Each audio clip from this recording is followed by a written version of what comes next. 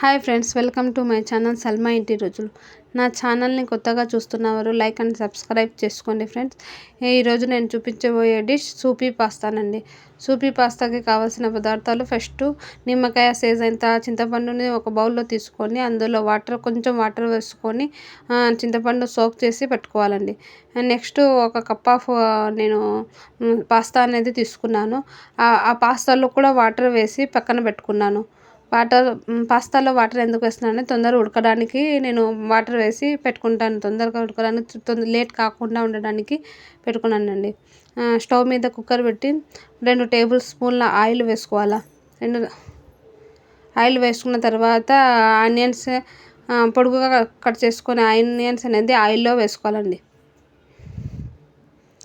Onions అనేవి golden రంగులో వచ్చేంత వరకు ఆనియన్స్ అనేవి వేపించుకోవాలి.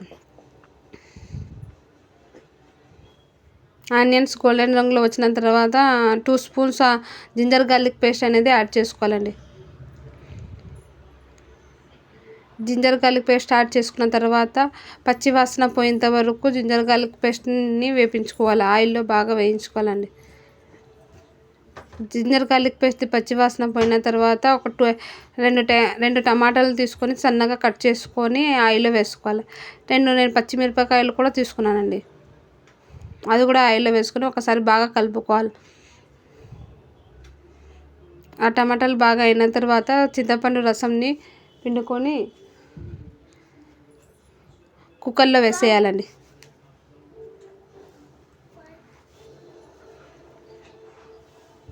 చింతపండు రసాన్ని కుక్కర్లో వేసేసినాను చూడండి. ఆ చింతపండు రసంది పచ్చివాసన పోయేంత వరకు అలానే ఉంచుకోవాలి.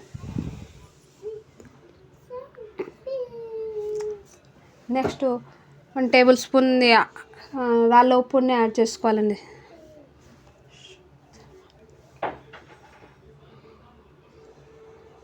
బాగా వేగిన తర్వాత 1 టేబుల్ స్పూను కారము, 1/2 టీ స్పూను పసుపు, 1/2 టీ స్పూను ధనియాల పౌడర్ అనేది వేసుకున్నా ఫ్రెండ్స్. అవి ఆయిల్లో బాగా వేయించుకోవాలి ఫ్రెండ్స్.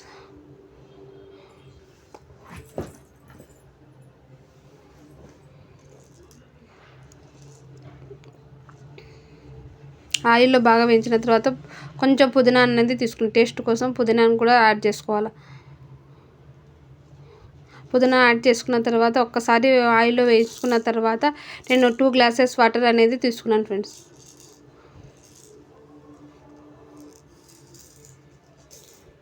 పెద్ద గ్లాస్తో 2 గ్లాసుల వాటర్ అనేది పోసుకోవాలి.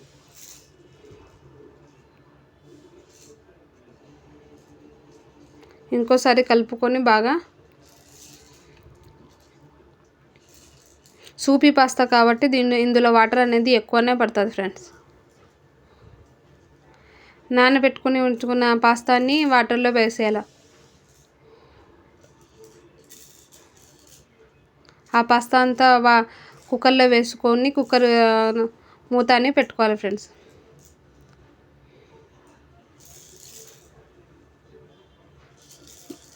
ఒకసారి పాస్తాని బాగా కలుపుకొని కుక్కర్ మూత అని పెట్టుకోవాలి. 3 విజిల్స్లో పాస్తా అనేది ఉడకబోతుంది. 3 విజిల్స్లో పాస్తా అనేది రెడీ అయిపోయింది చూడండి ఫ్రెండ్స్. రెడీ అయిన పాస్తాని బౌల్లో తీసుకుని సర్వ్ చేసుకుని తినేయాలి. ఈ వీడియో మీకు నచ్చితే లైక్ అండ్ సబ్స్క్రైబ్ చేసుకొని మీ ఫ్రెండ్స్ని నా ఛానల్ని సబ్స్క్రైబ్ చెప్పండి ఫ్రెండ్స్.